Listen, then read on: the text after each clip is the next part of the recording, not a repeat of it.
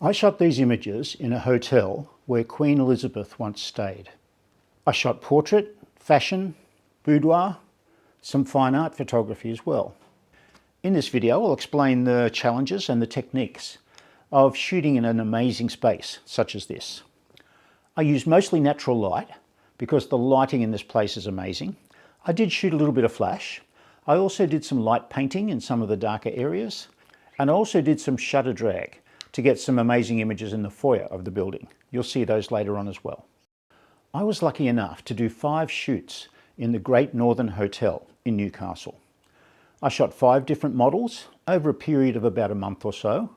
You'll see all of those images in this video. You'll see almost 100 images of various different shoots with various different models, and I'll explain to you the technical details as we go through and explain to you how I got those shots, and you'll see the amazing results that this fantastic venue gave us. The Great Northern Hotel was built in 1938, and for most of the last century it was the place to party in Newcastle. It had an amazing, huge Art Deco ballroom with bar facilities, dining areas and a whole range of other rooms. And on the top floors there were 116 accommodation suites where people could stay. Her Majesty Queen Elizabeth II actually stayed in one of those rooms where we shot during her visit to Newcastle in 1954. Most of the upper floors in this building have been abandoned for the last 20 years because of building regulations. We were lucky enough to be shown around by the owner of the building, who showed us all of the little nooks and crannies inside the building, also showed us the room where Queen Elizabeth stayed, and we got to shoot some images in there.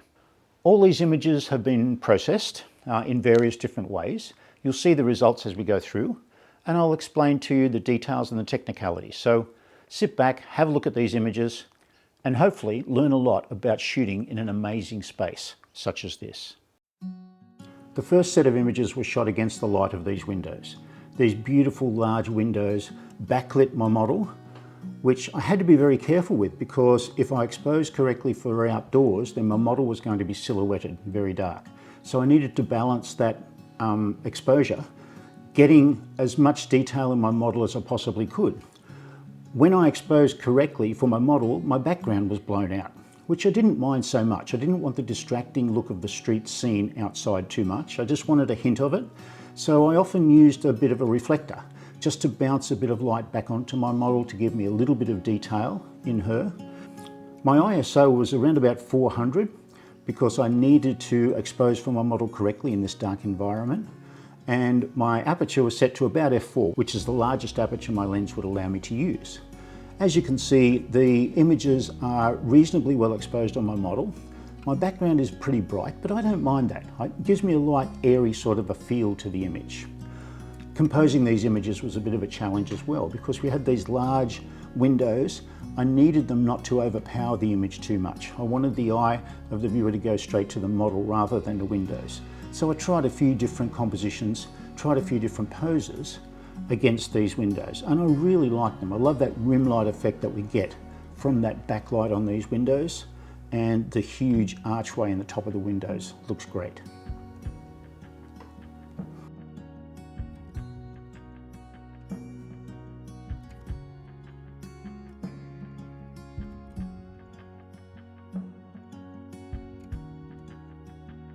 In the next set of images, I pulled my model away from the window.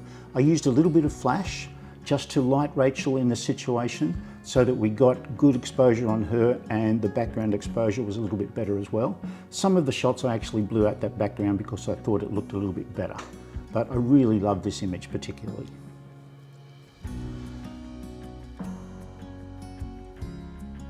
The next set of images I used the window light in a traditional manner, to have my model facing towards that light coming through the window and light her in a particular way that's going to be flattering. Turning her face towards that window so I got short side lighting on her face, and if I had sunlight coming in, all the much better. Sunlight gives me another option. It's great to be able to use soft light, but if you can get some hard light from the sun, it makes the shot look a bit more spectacular. A lot of these shots are fairly basic lighting, natural light, no flash, just allowing that light to come in and light your model. composing the shot wide or narrow, depending on how you want it to work. I had to be careful not to move my model too far away from the window because the light would drop off very quickly into the room because of that inverse square law. And the closer to the window I had my model, the softer the light would be. So I tried to expose correctly for the background in some of these images as well, tried to use various angles with this window light, but ultimately I need to try and make my model look as good as possible. So having that soft light coming through the window gives me a huge head start. Similar to the light we would use in the studio, except that these windows are way bigger than any softbox I could use in the studio. And that made it so much easier to create these shots. Using the composition of the doors and the windows helps a lot as well. It's a great place to shoot. Halfway up the stairway on one of the levels was this beautiful window and this great textured wall. So I wanted to shoot my models against this wall to create some beautiful classical soft light with that great texture in the background. And I did this with Claire. Claire had this beautiful old-fashioned pink dress which worked really well in this sort of situation. And the light coming through the window, including the window, works really well as well. Now, the classic way to shoot window light is to shoot along the wall so that you get that beautiful soft light coming through that window and your models turn towards there.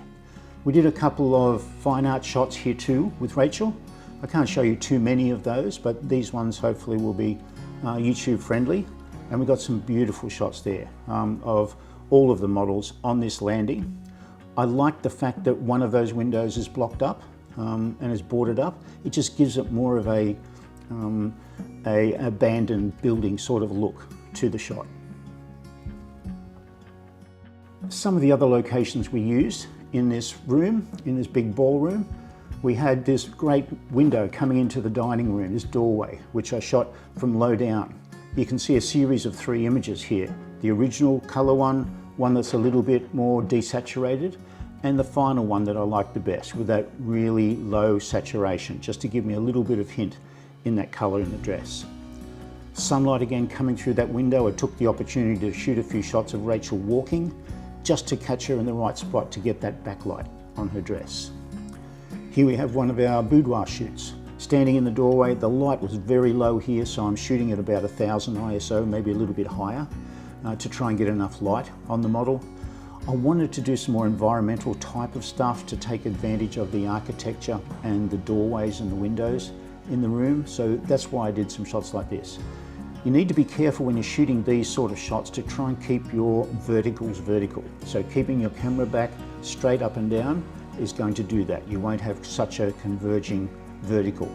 Or you can fix it in post, but it's so much better to do it when you shoot it. So stand up, try to shoot with your camera back vertical. Shooting through this window with another shot of Claire here with the paint spatters on the window, I think it gives it a lot of character in the shot. One shot of her looking away, another shot of her looking at the camera. I often do that just to give a little bit of variety to the shot because one shot generally looks a little bit better than the other. Moving back into the room to show a bit more of that decrepit sort of wall space and things and take advantage of these beautifully textured walls. Using some softened flash here, softened with the reflector just to bounce that bit of light in because again it was very dark in these areas. So I'm shooting it probably about 600 or 800 ISO.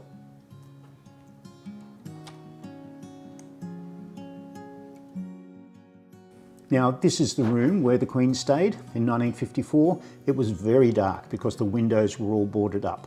So I was restricted to using flash in here. So I tried to be a little bit creative with the shadows on the background and the angle of the light. But it's not often you get to shoot in a room like this that the Queen stayed in. But we got a bit of variety in there, not a whole lot that you could use and that I could show you.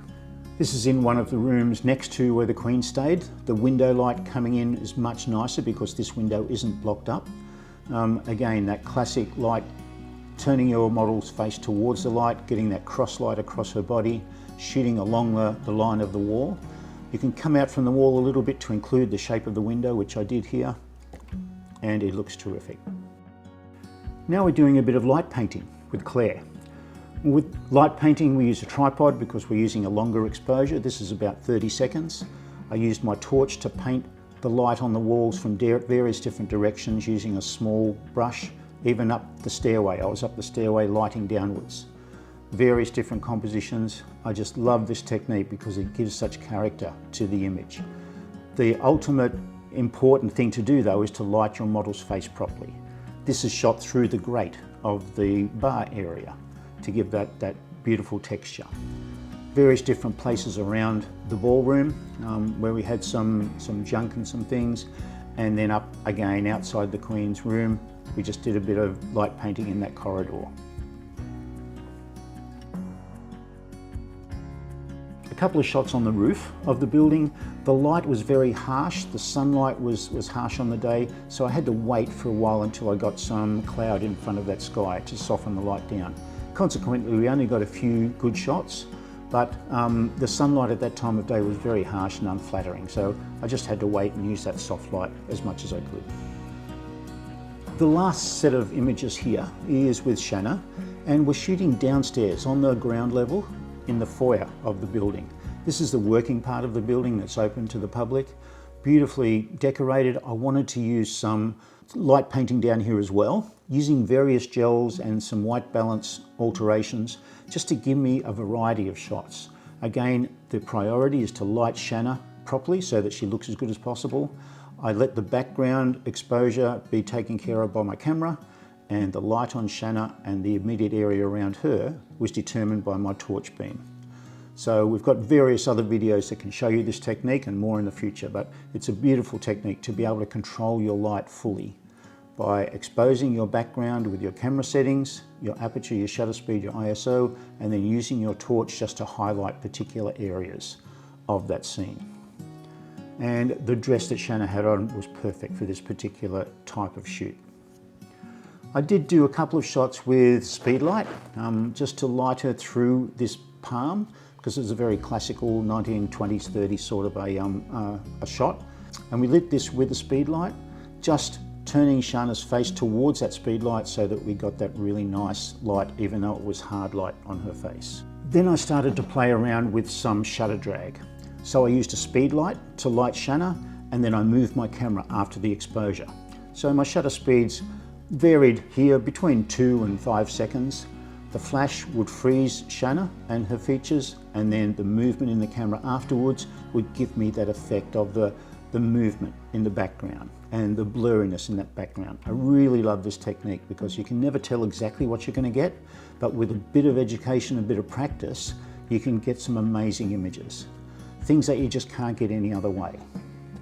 The light coming in through the doorway was overpowering the flash, so we got a lot of white in that shot, but it still worked really well.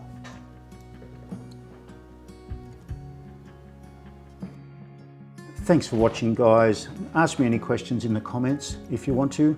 I hope you'll watch some more of our videos. We've got some more videos here for you to watch, but there's about 100 or so we've got online at the moment. So have a look, and please contact me if you have any questions.